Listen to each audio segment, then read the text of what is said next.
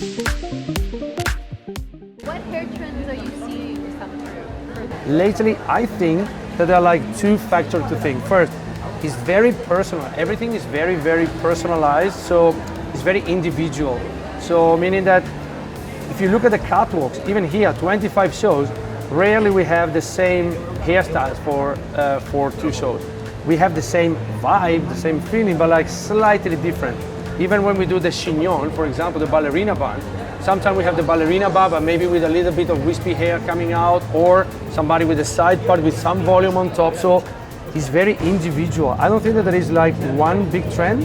There is like micro trends that actually works right now.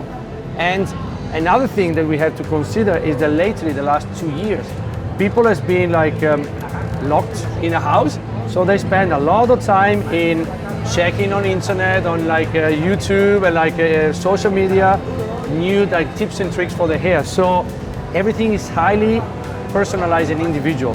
To answer your question, I don't think that trend exists anymore, to be honest. There is like ideas, but trends, I'm not so sure about it.